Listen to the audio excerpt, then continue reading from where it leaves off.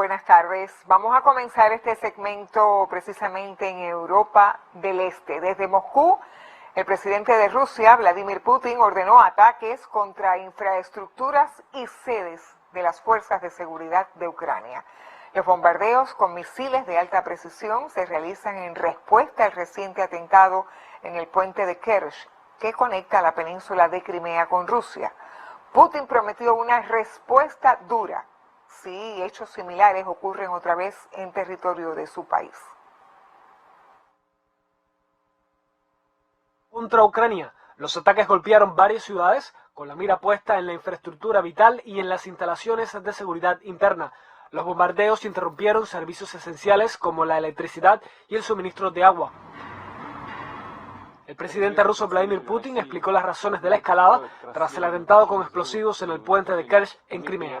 El régimen de Kiev con sus acciones se ha puesto realmente al mismo nivel que las formaciones terroristas internacionales, que los grupos más odiosos. Dejar sin respuesta crímenes de este tipo es simplemente imposible. Esta mañana, a propuesta del Ministerio de Defensa y según el plan del Estado Mayor de Rusia, se ha llevado a cabo un ataque masivo con armas de precisión contra instalaciones aéreas, marítimas y terrestres para la energía, el mando militar y las comunicaciones de Ucrania. Si los ataques terroristas continúan en nuestro territorio, las respuestas de Rusia serán duras.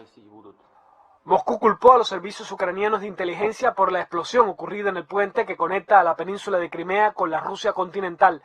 Desde Kiev, el presidente Volodymyr Zelensky envió un mensaje de ánimo a su ciudadanía. Este momento y estos objetivos fueron especialmente elegidos para causar el mayor daño posible. Recuerden siempre, Ucrania estaba aquí antes de que apareciera este enemigo. Ucrania estará aquí después de él. Tras 7 meses de guerra, los recientes movimientos de ambos bandos alejan las perspectivas de paz entre Rusia y Ucrania. Javier Ortiz, Sistema Informativo de la Televisión Cubana. Mientras tanto, en el viejo continente, expertos chinos indican que las empresas energéticas estadounidenses se valen de la crisis ruso-ucraniana para enriquecerse, mientras Europa se muestra incapaz de gestionar la crisis actual como una potencia fuerte y sólida. De acuerdo con el diario chino Global Times, la Unión Europea se prepara para una agudización de la crisis energética a medida que se agrava el conflicto entre Rusia y Ucrania, mientras Estados Unidos intenta valerse de los altos precios de la energía para debilitar la economía europea. Según el director del Instituto de Asuntos Internacionales de la Universidad de Renmin de China, Wang Jiwei, los elevados precios energéticos crearán una división en Occidente, mientras las empresas energéticas estadounidenses utilizan la situación actual para enriquecerse. El artículo del Global Times indica que la compra por la Unión Europea de energía a Estados Unidos a un precio extremadamente alto, en comparación con lo que sería un acuerdo comercial normal, genera una situación inestable forzada por la crisis geopolítica.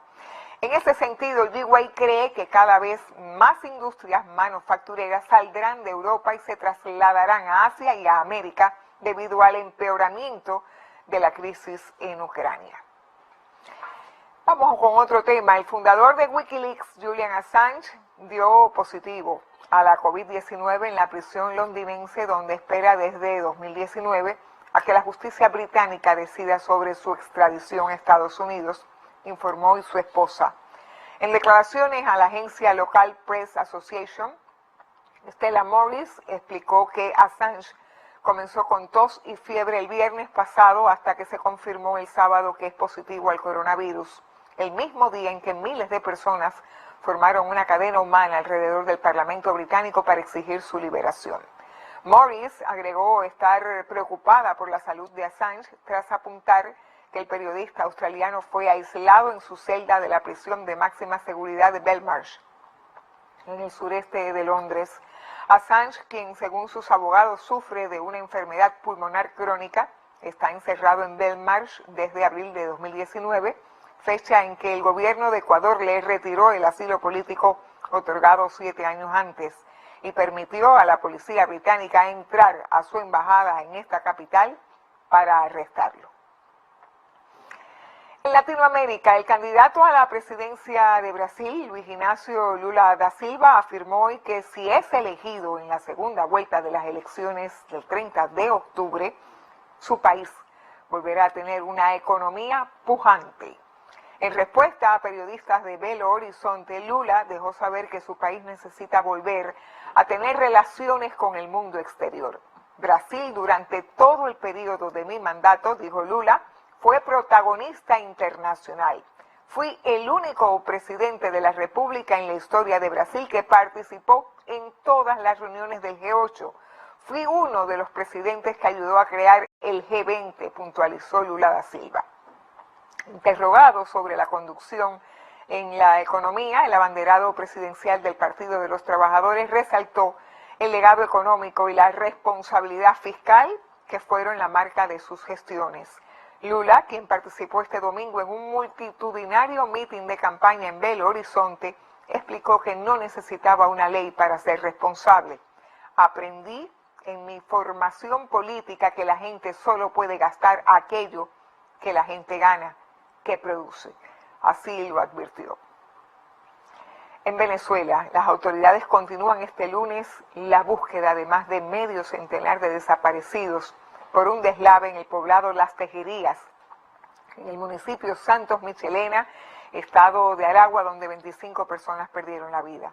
El desborde de 5 quebradas en la noche del sábado por las intensas precipitaciones de los últimos días provocó el deslizamiento de las aguas montaña abajo, que arrastró lodo, piedras, árboles, viviendas y comercios de la pequeña localidad de más de 54.000 habitantes. La víspera, el presidente Nicolás Maduro decretó 3 días de duelo nacional en solidaridad con las familias afectadas.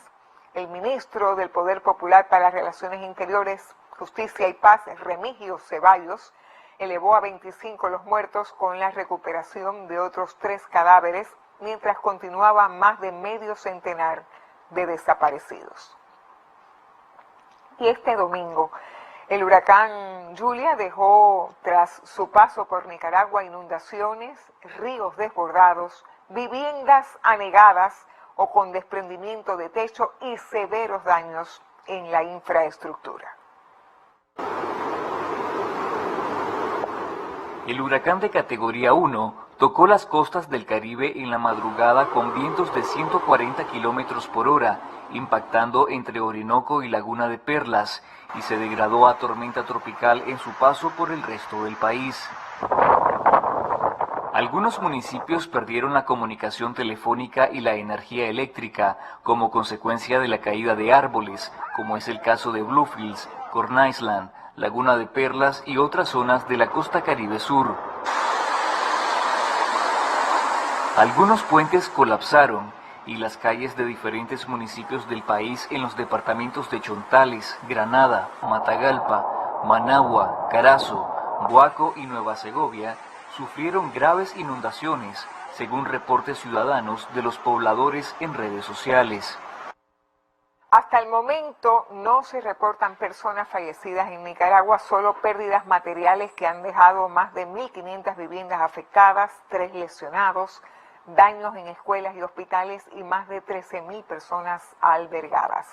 La tormenta tropical Julia se debilita este lunes en su avance por el Pacífico hacia Guatemala, después de dejar 4 muertos en El Salvador y Honduras e inundaciones y daños materiales en ambos países. Así termino. Continúen con otras informaciones.